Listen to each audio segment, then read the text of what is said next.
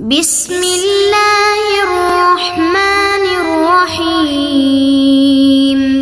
بسم اللہ الرحمن الرحیم۔ السلام علیکم ورحمۃ اللہ وبرکاتہ۔ عزیز طلباء، امید ہے بخیر و عافیت ہوں گے۔ تفسیر جلالین سبق نمبر 62 کے ساتھ آپ کے سامنے حاضر ہیں۔ آج کا سبق انشاءاللہ فَمَن لَّمْ يَجِدْ فَصِيَامُ ثَلَاثَةِ أَيَّامٍ فِي الْحَجِّ سے لے کر آیت نمبر 197 فَلَا رَفَثَ وَلَا فُسُوقَ وَلَا جِدَالَ فِي الْحَجِّ تک ہوگا۔ تو آئیے بلا تاخیر سبق شروع کرتے ہیں۔ جی، فَمَن لَّمْ يَجِدْ فَصِيَامُ ثَلَاثَةِ أَيَّامٍ فِي الْحَجِّ حج تمتع کی بات چل رہی تھی کہ جو حج تمتع کرے گا تو شکرانے کے طور پر اس کو قربانی دینی ہوگی۔ اب اگر قربانی کی حیثیت کسی کی نہیں ہے، پیسے نہیں ہے، تو وہ کیا کرے گا؟ وہ روزے رکھے گا۔ اس کا بیان ہے، ترجمہ دیکھیے سب سے پہلے۔ فَمَن لَّمْ يَجِدْ فَصِيَامُ ثَلَاثَةِ أَيَّامٍ فِي الْحَجِّ، ہاں اگر کسی کے پاس طاقت نہ ہو، فَصِيَامُ ثَلَاثَةِ أَيَّامٍ فِي الْحَجِّ، تو وہ حج کے دنوں میں 3 روزے رکھے۔ وَسَبْعَةٍ إِذَا رَجَعْتُمْ، اور 7 روزے اس وقت جب تم گھروں کو لوٹ جاؤ۔ تِلْكَ عَشَرَةٌ كَامِلَةٌ، اس طرح یہ کل 10 روزے ہوں گے۔ ذَلِكَ لِمَن لَّمْ يَكُنْ أَهْلُهُ حَاضِرِ الْمَسْجِدِ الْحَرَامِ، اور یہ حکم اس شخص کے لیے ہے، ان لوگوں کے لیے ہے جن کے گھر والے مسجد حرام کے پاس نہ رہتے ہوں۔ لِمَن لَّم يَكُنْ، جن کے گھر والے نہ ہو، حاضر المسجد الحرام، مسجد حرام کے پاس۔ جی تفسیر دیکھیے۔ فَمَن لَّمْ يَجِدِ الْهَدْيَ لِفَقْدِهِ، جو قربانی کو نہیں پاتا ہو، لفقدہ اس کے نہ ہونے کی وجہ سے، او فقد ثمنہ، یا ثمن نہیں ہے اس کے پاس، تو اس کا بیان ہے یہ۔ فصیام ای فعلیہ صیام، تو اگر وہ قربانی نہیں کر سکتا تو وہ اس کے اوپر روزہ ہے، روزہ فرض ہے، اس کے اوپر روزے رکھے گا۔ لیکن روزے کی ترتیب کیا ہے کہ 3 روزے حج سے پہلے رکھے، حج کے دنوں میں رکھے، اور 3 روزے جب حج کے اعمال سے فارغ ہو جائے، یہ احناف کا مذہب ہے، ٹھیک ہے۔ تو حج کے دنوں میں 3 روزے اس طرح رکھے گا کہ 6 ذی الحج سے پہلے اس کو مکمل کر لے گا، اور یہ شکرانے کے روزے ہوں گے، ٹھیک ہے۔ جو شخص قربانی نہیں کرتا، حج تمتع کر رہا ہے اور قربانی کی حیثیت نہیں ہے اس کی، تو وہ 3 روزے پہلے رکھے گا، اور باقی 7 روزے حج کے اعمال پورا ہونے کے بعد رکھے گا۔ ای فی حال احرامہ، یعنی حالت احرام میں بھی، فیجب، تو ضروری ہے اس کے لیے، حین اذن، اس وقت، کہ ان یحرم، کہ احرام باندھ لے، قبل السابع من ذی الحج، 7 ذی الحج سے پہلے، کیونکہ 8 ذی الحج کو تو اعمال شروع ہو جائیں گے، تو وہ 7 ذی الحج سے تقریباً 3 دن پہلے احرام باندھ لے اور روزے رکھنا شروع کر دے۔ والافضل قبل السادس، افضل یہ ہے کہ 6 ذی الحج سے پہلے باندھ لے اور روزہ رکھنا شروع کر دے۔ کیوں؟ لکراہت صوم یوم عرفہ، اس لیے کہ یوم عرفہ کے دن روزہ رکھنا مکروہ ہے۔ یوم عرفہ کے دن روزہ رکھنا مکروہ ہے کیونکہ اس دن مشقت والا دن ہوتا ہے، وقوف عرفہ کے اعمال کرنے ہوتے ہیں، احضاری کرنی ہوتی ہے، تو طاقت نہیں ہوگی پھر عرفہ کی عبادت کرنے کی، اس لیے روزہ رکھنا اس دن مکروہ ہے۔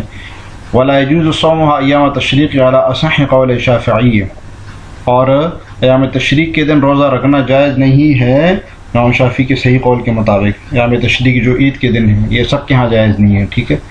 لیکن یہ جو صوم یوم عرفہ ہے، اس کے بارے میں سن لیجئے کہ یہ مسئلہ امام شافعی کے ہاں ہے، یوم عرفہ کے دن روزہ رکھنا مکروہ ہے، ٹھیک ہے۔ احناف کے ہاں مکروہ نہیں ہے، بلکہ احادیث میں تو یوم عرفہ کے روزے کی بڑی فضیلت آئی ہے اس کی۔ تو اب امام شافعی کی جو دلیل ہے، جو نبی صلی اللہ علیہ وسلم نے یوم عرفہ کے دن روزہ رکھنے سے منع کیا، نہیں جو وارد ہوئی ہے، تو اس نہیں کو ضعف کے اوپر محمول کرتے ہیں احناف، کہ وہ تو جو یوم عرفہ کے دن واجی ضعیف تھے، ان کو نبی صلی اللہ علیہ وسلم نے منع کیا تھا، ورنہ یوم عرفہ کے روزے کی تو بڑی فضیلت آئی ہوئی ہے، اس لیے اگر یہ شخص اس دن بھی روزہ رکھ لے تو جو متمتع ہے تو بھی صحیح ہے۔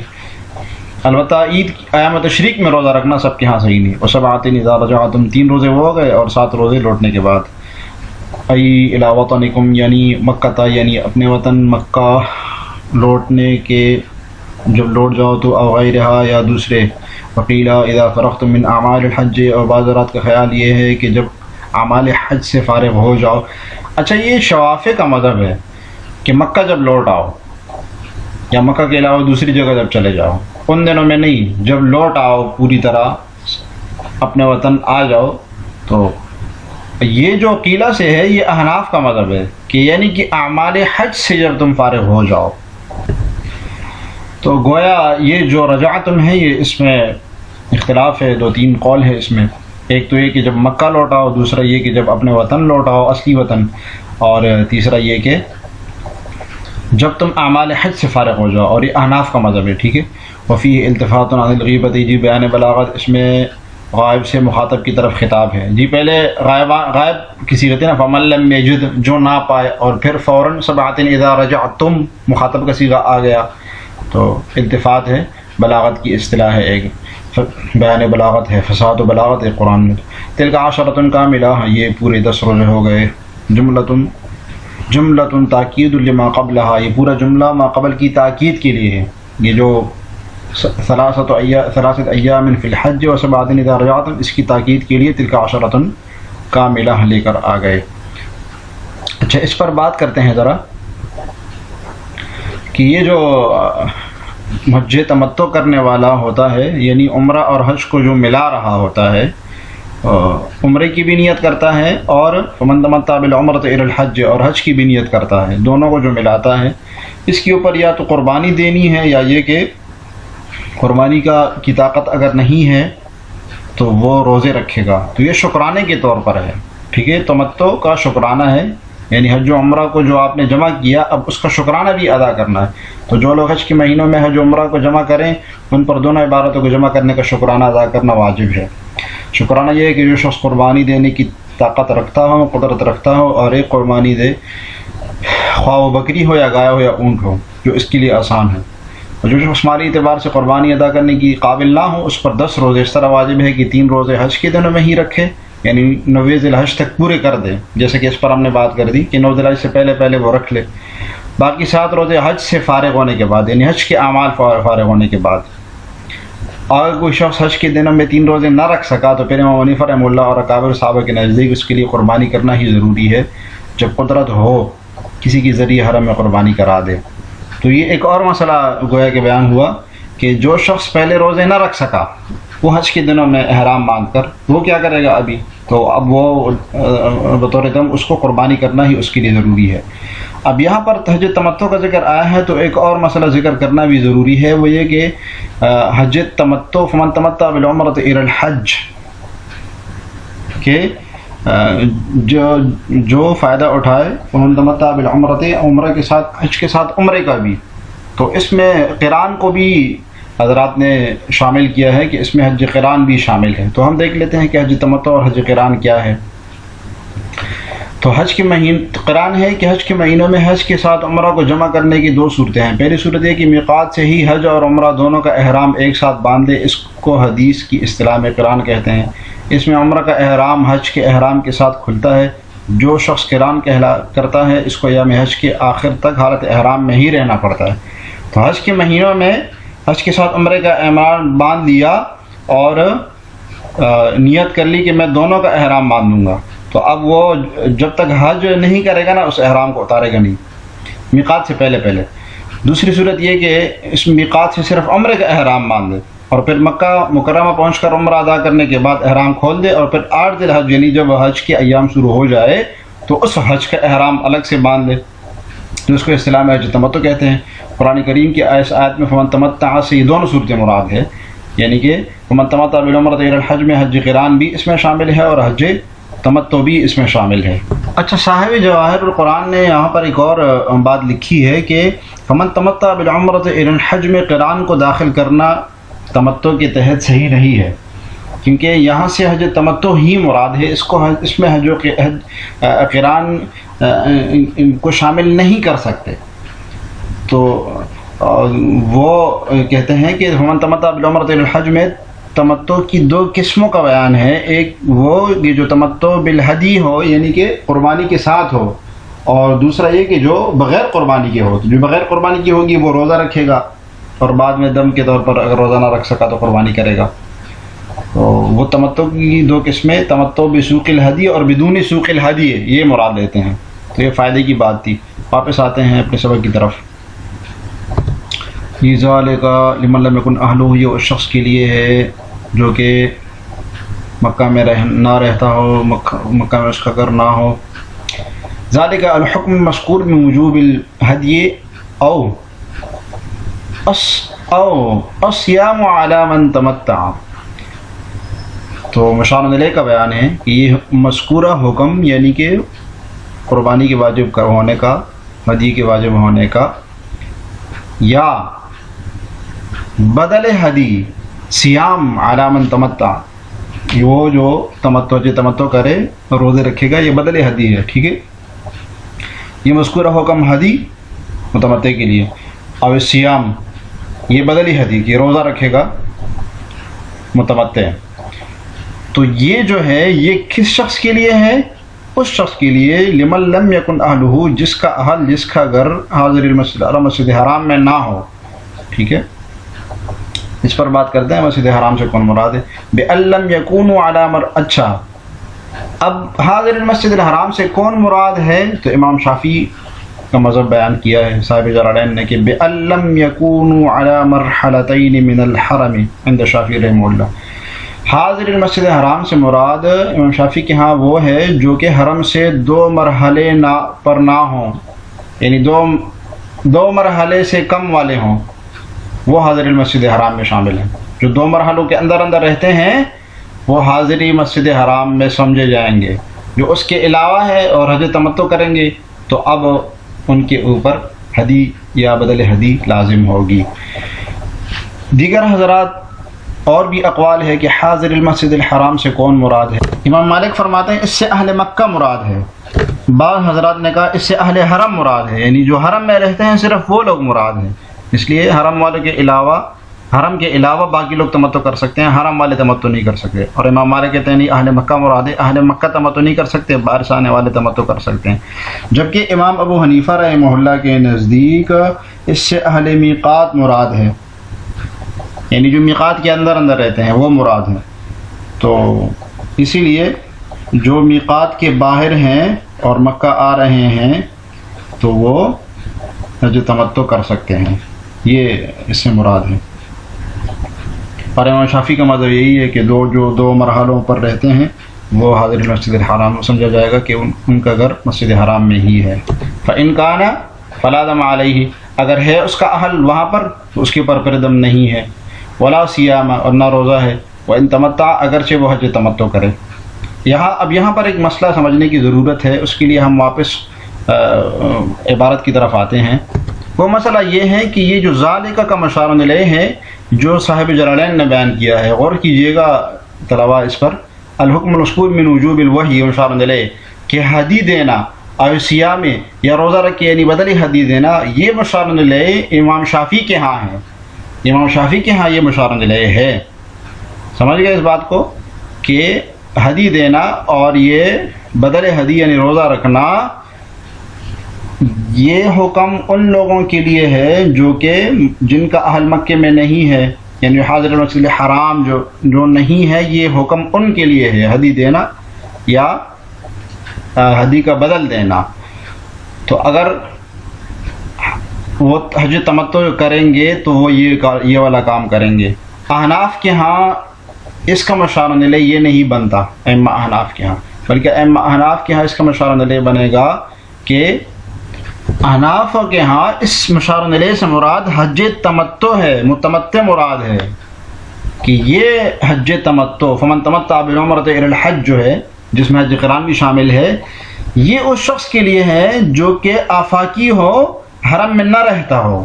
ٹھیک ہے، یہ اس شخص کے لیے ہے، یہ حج خاص اس شخص کے لیے ہے. تو اب جب وہ باہر سے آ رہا ہے اور صرف وہ عمرہ کرے گا اور پھر وہ احرام اتار کر یا اسی احرام میں حج کرے گا، تو اس پر وہ شکرانہ ادا کرے، شکرانے کے طور پر وہ ہدی دے گا یا پھر یہ کہ اس کا بدل روزے رکھے گا۔ امام شافعی کہتے ہیں کہ جو آفاقی ہے وہ یعنی جو حرم میں نہیں رہتا وہ یہ والے سارے کام کرے گا، یا تو ہدی دے گا یا یہ کہ وہ روزے رکھے گا دم کے طور پر۔ یہ اس کے اوپر لازم آئے گا کہ وہ باہر سے آ رہا ہے لیکن احرام باندھ کر صرف عمرہ کر کے پھر احرام اتار رہا ہے اور حج کے دنوں میں دوسرا احرام باندھ رہا ہے، تو بطور دم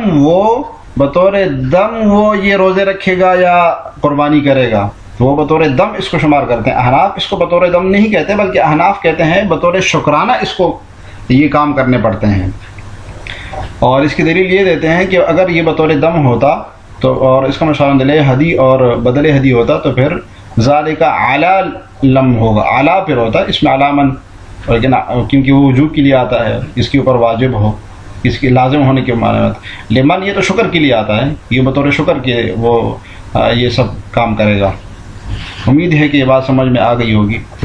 جی آگے چلتے ہیں۔ وفی ذکر الاہل اشعار باشتراط الاستیطان، جی جو اہل کا ذکر کیا ہے نا، فذلک لمن لم یکن اہلہ، تو یہ کہتے ہیں اس سے بات ظاہر ہو رہا ہے کہ اشتراط استیطان یعنی وطن کی شرط ہے اس میں کہ وہ وطن ہو اس کا، تو اہل میقات احناف کے ہاں اہل میقات کا ان کا پورا وطن وہاں ہوگا۔ فلو اقام قبل اشہر الحج ولم یستمتع وتمتع فعلیہ ذلک، اگر کوئی اشہر حج سے پہلے مقیم ہو گیا مکہ میں جا کر، میقات میں جا کر احناف کے یہاں، فلم یستمتع صوت، لیکن وہ اس کا وطن نہیں ہے، وتمتع پھر اس نے جو تمتع کیا، فعلیہ ذلک، تو تب بھی اس پر یہ واجب ہے۔ امام شافعی کے ہاں بطور دم کے اور احناف کے ہاں بطور شکرانے کی۔ وہ احد الوجہین عند شافعی، امام شافعی کا ایک قول یہ ہے، اور ثانی لا، اور دوسری قول کے مطابق اگر وہ مقیم ہو گیا تو پھر لازم نہیں ہوگا۔ والاہل کنایۃ عن النفس، اہل کنایہ ہے خود اپنے آپ سے، یعنی خود جائے، یہ نہیں کہ پورے گھر والوں کو لے کر جائے۔ اچھا، والحق بالمتمتع فیما ذکر بالسنت القارن، کہتے ہیں متمتع کے ساتھ حج قران کرنے والے کو بھی حدیث کے روح سے لاحق کیا گیا ہے، ٹھیک ہے۔ یہ وہ والا مسئلہ جو میں نے آپ کو شروع میں اشارتاً بتا دیا تھا کہ فمن تمتع بالعمرۃ الی الحج میں مفسرین حج قران کو بھی داخل کرتے ہیں کہ اس میں حج قران بھی داخل ہے، وہ تھوڑے چونکہ دونوں میں تھوڑا سا فرق ہوتا ہے۔ حج قران کیا اس کی تعریف کر رہے ہیں، وَهُوَ مَن يُحْرِمُ بِالْعُمْرَةِ وَالْحَجِّ مَعًا، جو عمرے اور حج کا احرام ایک ساتھ باندھے، او يدخل الحج علیہ قبل الطواف، یا یہ کہ حج کو داخل کرے طواف سے پہلے اس میں حج کو داخل کر لے۔ تو احناف کے ہاں جیسے کہ میں نے کہا، صاحب جواہر القرآن نے کہا کہ فمن تمتع بالعمرۃ الی الحج میں حج قران کو داخل کرنے کی ضرورت نہیں ہے، کیونکہ یہاں تمتع کی دو قسمیں ہیں، سوقی ہدی اور غیر سوقی ہدی، وہ مراد ہے۔ آگے چلتے ہیں۔ واتقوا اللہ واعلموا ان اللہ شدید العقاب، اور اللہ سے ڈرتے رہو، بے شک اللہ تعالیٰ تو سخت بدلہ لینے والے ہیں۔ واتقوا اللہ فیما یأمرکم بہ، جو تمہیں حکم دیتا ہے، ینہاکم عنہ، اور جس چیز سے روکتا ہے، شدید العقاب لمن خالف، ہو جو اس کی مخالفت کرے۔ الحج اشہر معلومات، حج کے چند متعین مہینے ہیں۔ فمن فرض فیہن الحج، چنانچہ جو شخص ان مہینوں میں احرام باندھ کر اپنے اوپر حج لازم کر لے، من فرض فیہن الحج، جو فرض کر لے ان مہینوں میں حج کو اپنے اوپر، فلا رفث، تو کوئی فحش بات نہ کرے، ولا فسوق، نہ کوئی گناہ کرے، ولا جدال فی الحج، اور نہ حج میں کوئی جھگڑا کرے۔ الحج اشہر معلومات، الحج اس کا وقت، حج کا وقت اشہر معلومات، معلوم مہینے ہیں، متعین مہینے ہیں۔ کون کون سے مہینے ہیں؟ شوال و ذو القعدہ وعشر لیال من ذی الحج وقیل کلہ، جی یہ 4 مہینے ہوتے ہیں بنیادی طور پر، شوال، ذی قعدہ، 3 مہینے، شوال، ذی قعدہ، ذی الحج، اور چوتھا مہینہ محرم کو بھی شامل کیا ہے۔ یہ جو عشر لیال من ذی الحج، یہ ایک قول ہے کہ ذی الحج کے صرف 10 دن ہیں، وقیلہ بعض حضرات کا خیال ہے کہ کلہ، سارا کا سارا ذی الحج اس میں شامل ہے، لیکن صحیح احناف کے یہاں یہ ہے کہ 4 مہینے ہیں، ذی قعدہ، ذی الحج، شوال اور محرم۔ فمن فرض علی نفسہ، جو خود اپنے اوپر یعنی احرام باندھ دیا اور اس کے اوپر لازم ہے حج، صاحب نصاب بھی ہے، بالاحرام بھی، جس صورت فرض کی صورت کے احرام باندھے، فلا رفث، جماع فیہ، رفث سے مراد جماع ہے، ولا فسوق، فسوق سے مراد معاصن عام گناہ ہے، ولا جدال، جدال سے مراد خصام، جھگڑا ہے، فی الحج، حج کے دنوں میں۔ جی اس طرح آج کا سبق بس اتنا ہی. آج کے سبق سے متعلق سوال یہ ہے کہ حاضر المسجد الحرام سے کون لوگ مراد ہے؟ آپ نے اس کے بارے میں پڑھا کہ جو حاضر المسجد الحرام ہے اس سے کون کون لوگ مراد ہیں، مختلف اقوال پڑھے ہیں، تو بیان کیجیے گا کمنٹس میں. اللہ تعالی ہمیں جرائم پڑھنے اور سمجھنے کی توفیق عطا فرمائے. السلام علیکم ورحمۃ اللہ وبرکاتہ.